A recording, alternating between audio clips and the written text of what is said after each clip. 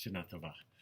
We will soon be together, but apart for Rosh Hashanah.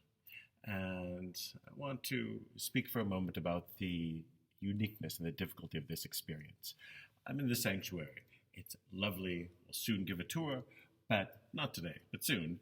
And we'll have a chance to be together for different outdoor events, but I think the morning service, when we're apart, will be especially difficult. And that's for a couple of different reasons.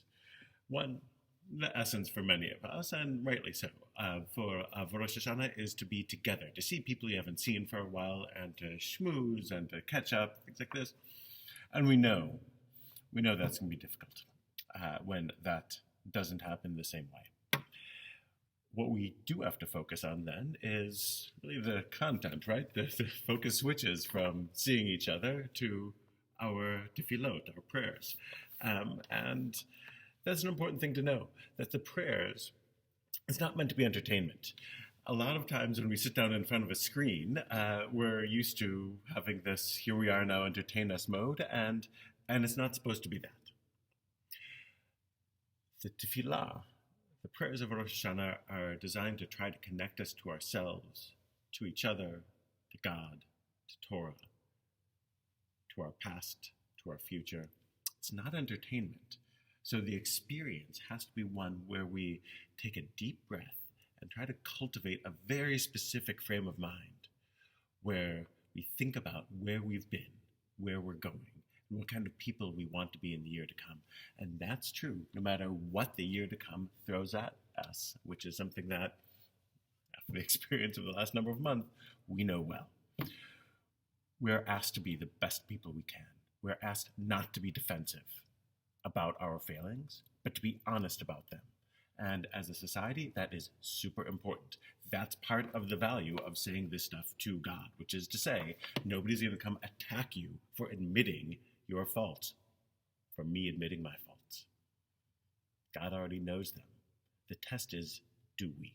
Are we going to be honest about it?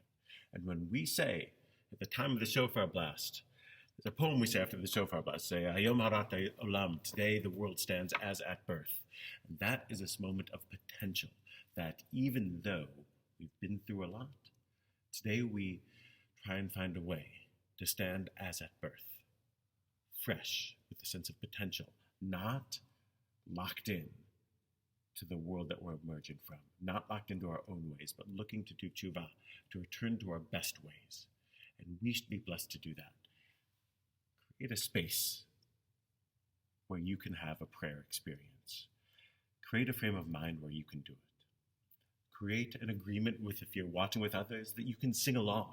Because again, like cheering or booing at the TV screen for sporting events, if you're a New York area sports fan, I think it's mostly booing. But you still get emotionally involved and shout at the screen, even though you know the players can't hear you. The same is true for tefillah, in that you should be vocal in singing along and in saying Amen,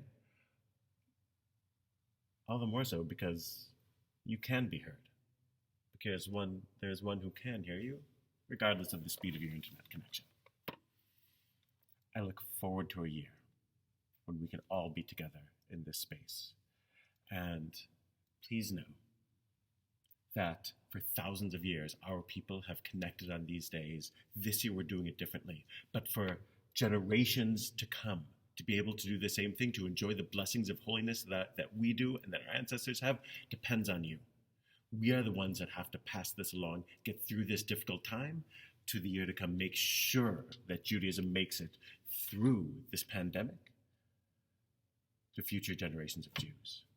Cultivate the soul and the practice to do that, and we'll be able to do it. You should be blessed with a happy new year, with health and with connections to your loved ones, and I look forward to seeing you in 5781. Shana Tova.